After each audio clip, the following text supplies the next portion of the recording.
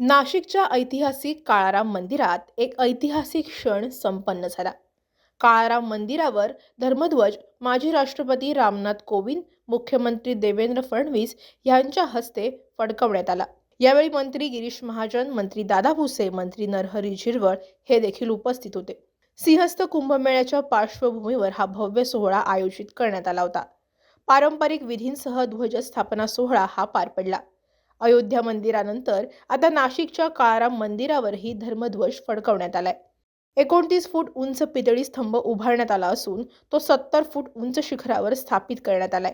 विशेष म्हणजे हा धर्मध्वज सुमारे 90 दिवसात हस्तकलेने तयार करण्यात आलाय। या सोहळ्यासाठी माजी राष्ट्रपती रामनाथ कोविंद, राज्याचे मुख्यमंत्री देवेंद्र फडणवीस यांच्यासह मान्यवरांची प्रमुख उपस्थिती होती।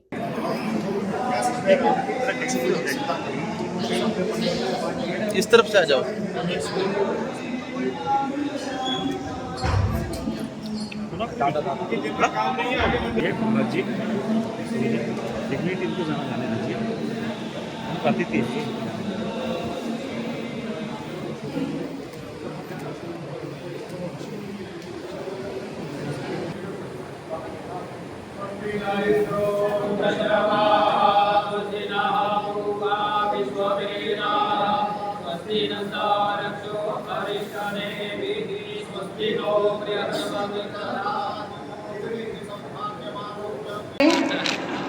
श्रीमती देवानी फरांदे मैडम, सीमा हे मैडम, राहुल ढिकले सर, उपमहापौर नाशिक या सर्वांना मी कृपया मंचावर आसनस्थ व्हावं अशी विनंती करते।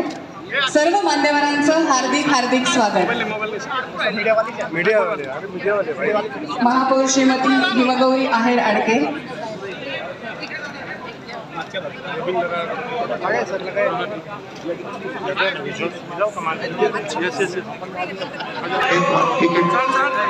Hello hello